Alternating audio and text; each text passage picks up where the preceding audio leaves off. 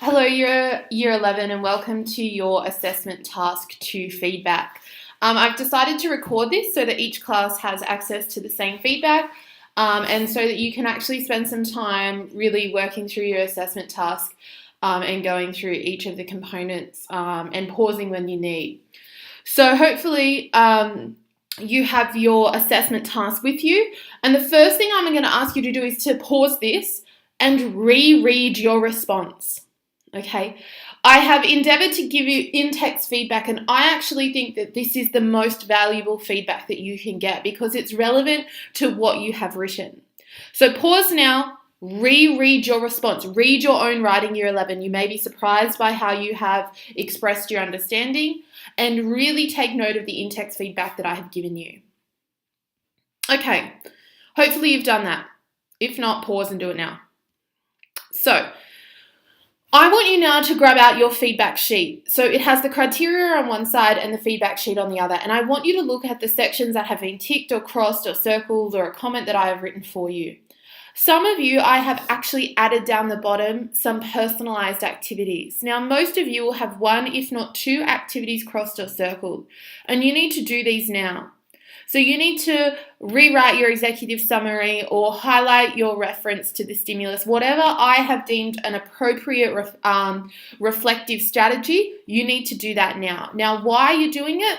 Well, this is obviously where possibly an area of weakness was in your response. So you need to engage with it. Feedback is not about me just telling you. Feedback is about you working out how to fix it for next time. So pause now and have a go at your individualized activities, please. Okay, hopefully you've done that.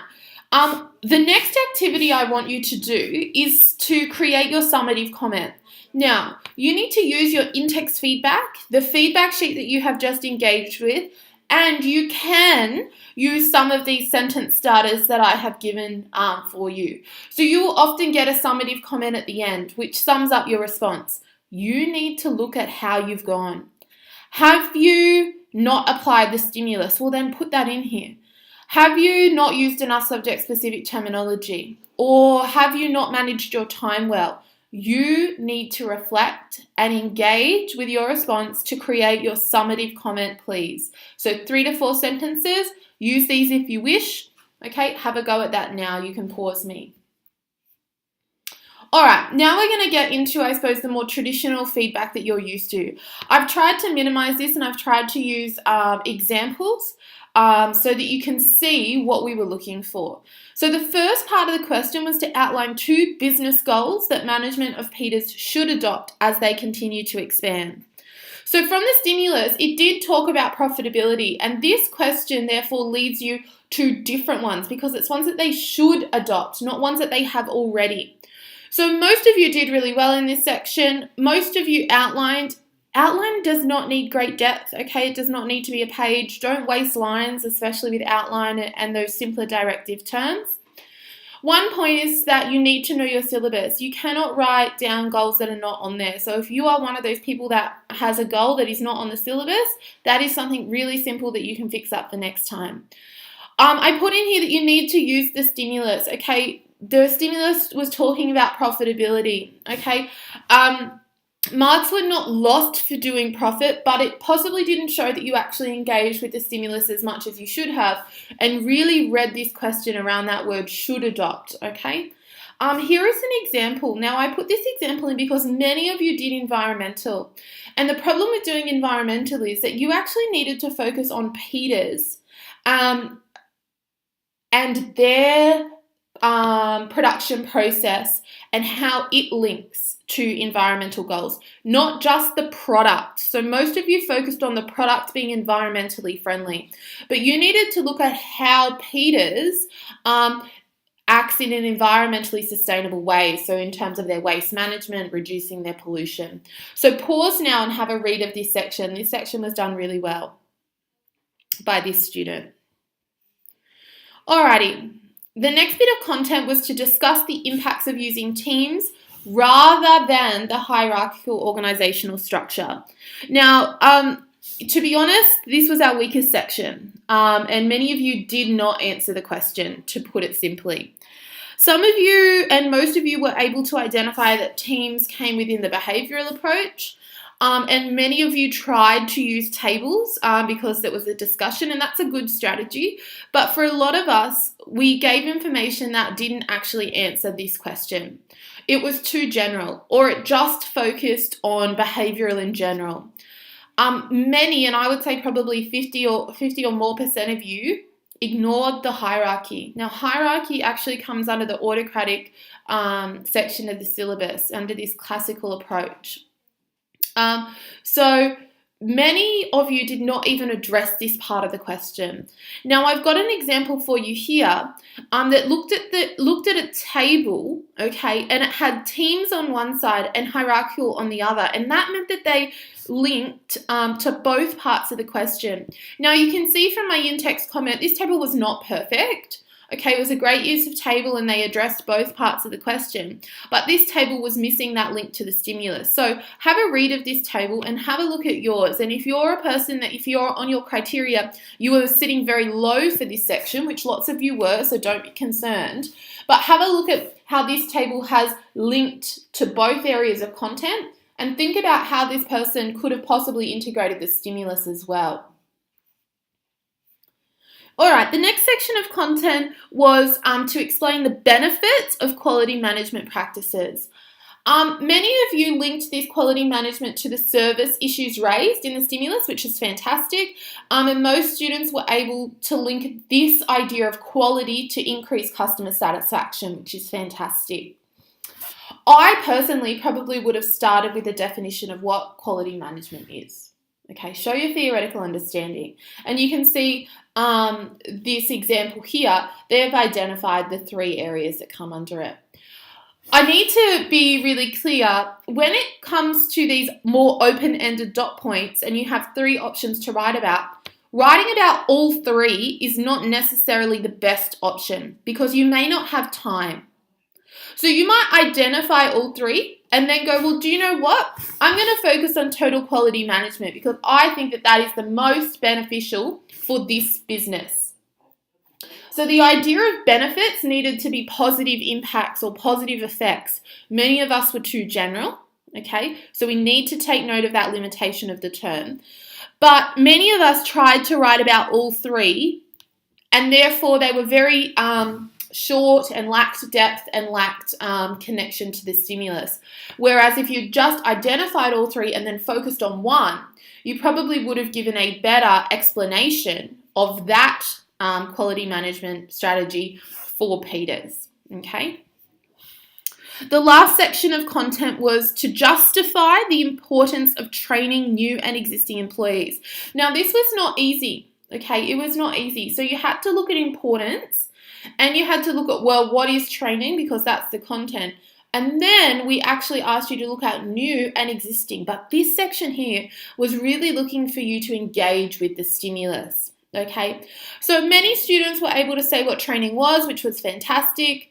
Some students differentiated between new and existing and the different training that they would need, and that was great as well. But very similar to the question above. So with the question above, you needed to look at benefits. With this question, you needed to look at importance. And this means you needed to look at why training is important, why it is beneficial.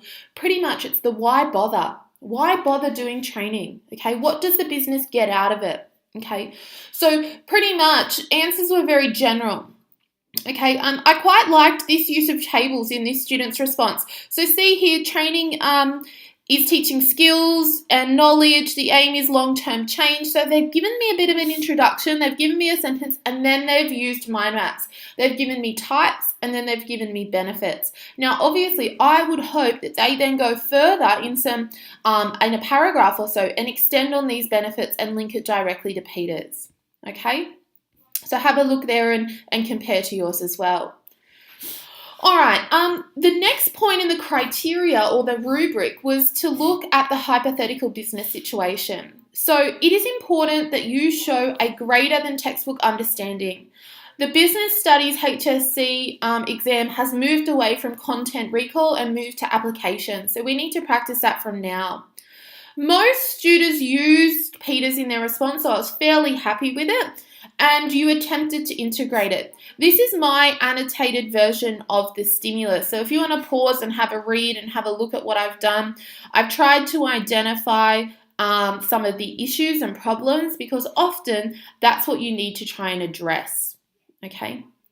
Have a look at your own response and really think about rating your own use. So using your feedback sheet, using your in-text feedback, double click on this so your screen will open like this, and put a box around where you think, okay, you use the stimulus. So give yourself, I suppose, a scale of where you use the stimulus, okay, how happy you are with it.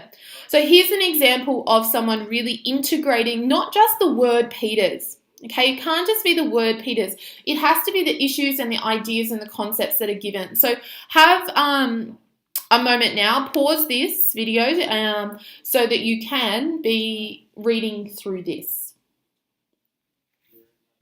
All right. The next piece of, the next dot point in the rubric was to communicate using relevant business terms and concepts.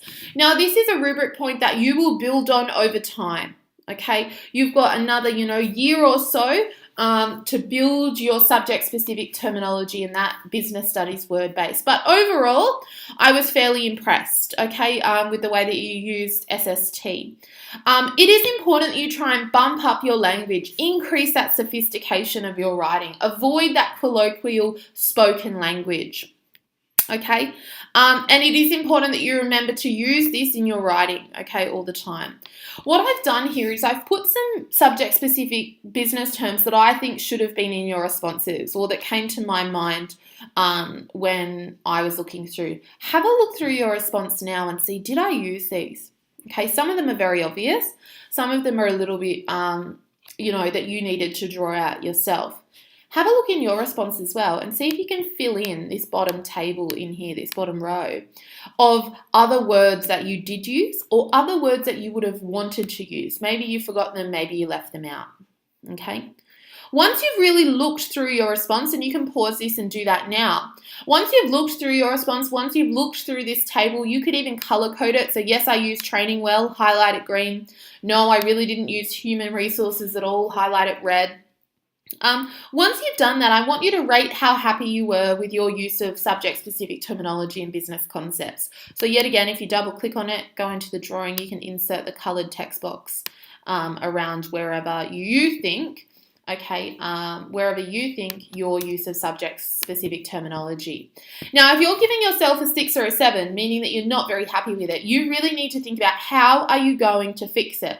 This might mean that you need to write business terms and concepts on paper and stick it on your wall, or that you need to start creating a glossary in your notes or something like that, so that if you identify that it's a problem, you need to think about a way to fix it. So that might mean that you need to have a conversation with your teacher, okay, which all three of us are more than happy to do. All right, the last rubric point was about structure. So present a sustained, logical, and cohesive response in the form of a business report. Really well used subheadings. You've all got that down pat, which is fantastic. Many of you use numbered headings, which is great. It's not a must-have, but those that did use it used it well. The executive summary must provide a snapshot. Okay, so if you have a look at this example that I've given you, it identifies the areas that are going to be spoken about. It gives me the 2 goals. It gives me total quality management. Okay, it gives me the content. So I know from reading this executive summary that this student knows the content, knows the syllabus, and the answers are going to be relevant. Some of you didn't give me the goals or didn't give me the specific area of quality management. So you might need to go back, and many of you were asked to rewrite your executive summary for that. If you have whole pages of text, you need to break it down, dot points, figures, tables, diagrams, and I've shown you examples throughout this feedback of how to do that. Dot points should not just be used to break up a paragraph, okay? It should be used to give information in an easy to read, okay? And dot points shouldn't be super long, okay, either, because otherwise they're just sentences with a dash. One point I will make is that if we use a table, we have to integrate the stimulus. Many of you used the table and it just became pure textbook, and we want to try and avoid that. Okay. So overall, year 11, I was, happy with your first attempt, but I will bring you this idea that the same old thinking gives us the same old results. So this means that you might need to change the way that you prepared. You might need to speak to your teacher about your mark and think about how am I going to improve it, or what areas do I need to focus on. So this feedback is really not about us spending lots of time talking about us as a cohort, but really you honing in on what is important for you and how you're going to use it in the next task. Because don't forget, you will do a business report in your end of prelim exam, in your half yearly for the HSC, in your trial for the HSC, and the HSC exam. So this is a text type that we want to get right early so that we can focus on those other sections of the HSC later on. All right, thanks so much, Year 11. Great job. And I hope that this feedback has helped.